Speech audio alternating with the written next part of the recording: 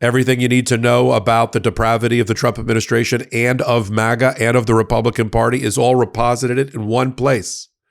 The commutation decision by Donald Trump to commute the sentence of disgraced Representative George Santos, who stole millions of dollars from victims, who lied about his family being Holocaust survivors, lied about being Jewish in order to get elected in a predominantly Jewish district, lied about his identity, lied about his business success, impersonated a 9/11 survivor in a district that was filled with people who really suffered during 9/11. And this person is now having his sentence commuted, and he walked out the jail door, leaving behind, in addition, a $370,000 restitution requirement that he pay back victims, has been wiped clean by Donald Trump.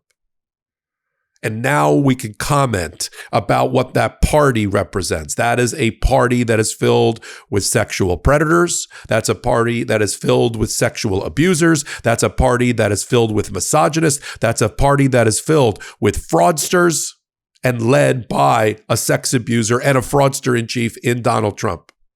Carolyn Levitt likes to say out loud that the Democratic Party is comprised of Hamas terrorists and Marxists and criminals and immigrants. What is your party comprised of? What does the commutations and the pardons that have been done by Donald Trump say about your party, your administration? The Jan 6 defendants that were allowed to walk free and not pay their restitution, including the most violent of them, that attacked and beat law enforcement almost to death. What does that say about your party? And now George Santos, millions of dollars were fraudulently obtained by him. He impersonated somebody that wasn't him to get elected. It was so bad that the first time in history, even MAGA Congress had him expelled before he was even convicted. And because he's been writing some sort of sob story in a local Long Island newspaper that's been published, and he wrote a letter to Donald Trump. Hours later, Donald Trump decides through Ed Martin, his pardon attorney, the head of his weaponization of the Department of Justice, that he's going to let him walk free. Oh, sure, he gets to stay a convicted felon. Good luck, George. Good luck with your life, George, Donald Trump wrote. Hold a mirror up to the Republican Party and MAGA. The fact that Marjorie Taylor Greene is celebrating, and it's being celebrated in the fringe, not even the fringe, the mainstream of the Republican Party is celebrating the release of George Santos, says everything you need to know about that party. They're trying to rebrand the Democrats. They're trying to rebrand moderates. They're trying to rebrand millions and millions and millions of people who reject Trump, 61% of the country, as being unpatriotic, as being terrorists, as being Hamas sympathizers or whatever it is. What does George Santos's release from prison in the middle of the night off of an Ed Martin order by Donald Trump say about their party? Let's revisit George Santos. He lied on the campaign trail and in his bios that his mother had died in 9/11 while his mother was alive and well. I think she's still alive and well in Brazil. He got caught in Brazil impersonating in credit card fraud that he had to resolve. He committed credit card fraud and other fraud related to his campaign for getting elected to Congress. He stole money, millions of dollars that he raised, that he used for his lifestyle, to walk around with Louis Vuitton and Gucci and Tom Ford this and Tom Ford that in clothing. He is a fraudster. He always has been. He always will be. You think this is the last brush with the law that Santos is going to have? He may have gotten out of a 7-year jail sentence. He might have only had to serve 3 months because his criminal-in-chief, felon-in-chief buddy, Donald Trump, decided to let him out. But he'll be back.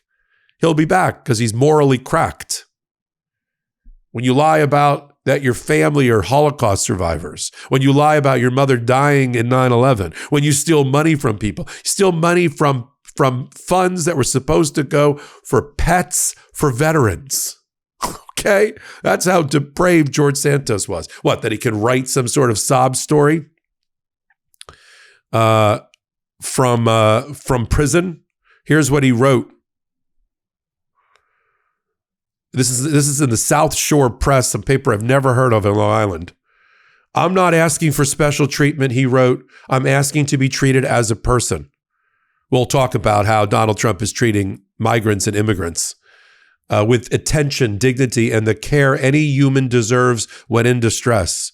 Do you feel the same way, George, about people that are protesting in the streets, people that are protesting at ICE, children that are being hogtied, people that are being thrown to the ground, people that by ICE forces, by Border Patrol, by the military, by National Guard? Are you in favor of their dignity? Are you in favor of them getting attention and dignity that a human deserves? He continues, and this apparently swayed Ed Martin / Donald Trump. What I've experienced looks less like institutional safety and more like a system that has allowed indifference to calcify into policy, whatever that means. Phone calls with loved ones have been cut off. Emails to family have been blocked. Visits, rare sacred windows when a person can feel human again, have been taken away. Twice-a-month holidays and punishment. I sometimes feel the life leaving my body, a slow leaking of hope. Call it justice, call it oversight. Apparently he was put in solitary confinement because there's some death threats against him. And so the FBI were investigating it, and they put him for his own protection in safety. Here's what Donald Trump had to say about the releasing him. George Santos was somewhat of a rogue.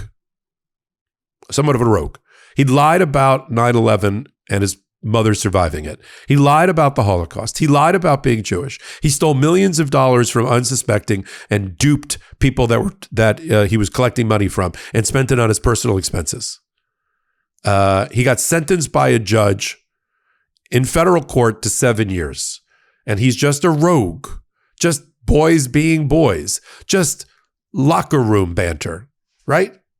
But there are many rogues throughout our country. I could think of one, Trump, that are forced to serve 7 years, that aren't forced to serve 7 years in prison. Then he ties it to Richard Blumenthal, a senator from Connecticut, who's had some, issues in his personal biography about what he did or didn't do in the military or whether he was at Vietnam or not. So he ties it, Richard Blumenthal, puffed up his resume about Vietnam.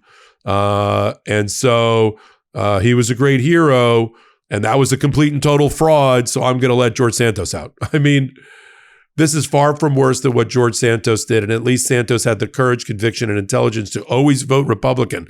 He's a fraudster, but he voted Republican, so I'm going to let him out of jail. George has been in solitary confinement. Therefore, I just signed a commutation releasing George Santos from prison immediately. Good luck, George. Have a great life. I mean, there are even Republicans who are not in favor of this. Here's what the Eastern District of New York U.S. Attorney John Durham said at the time, that the conviction was a warning to Mr. Santos and other dishonest individuals of that ilk who lie, steal identities, and commit frauds to get elected in public office. Public officials who criminally abuse our electoral process will end up in a federal prison.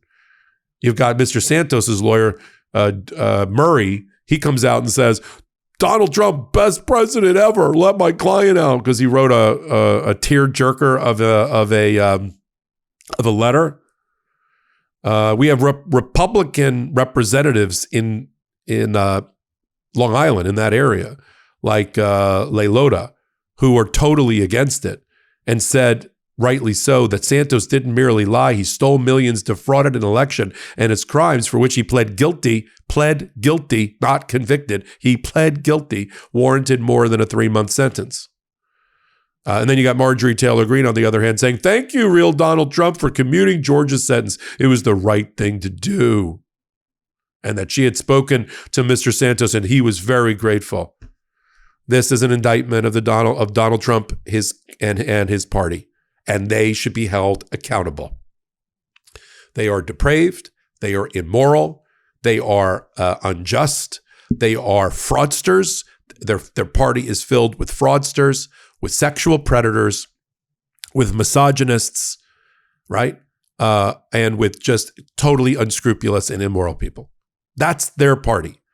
And I've said to friends of mine that claim to be Republicans, you can't be a country club Republican anymore. It's MAGA all the way. There's been a complete hostile takeover of your party, and you are now in for a penny or in for a pound.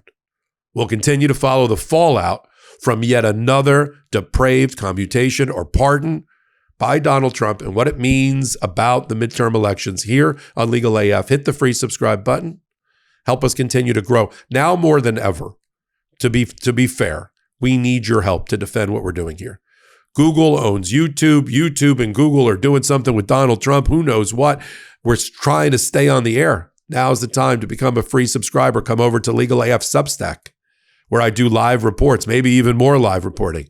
Become a paid member for $7 a month. That's the way you vote that you want Legal AF and Midas and all on the air. So until my next report, I'm Michael Popok. Can't get your fill of Legal AF? Me neither. That's why we formed the Legal AF Substack.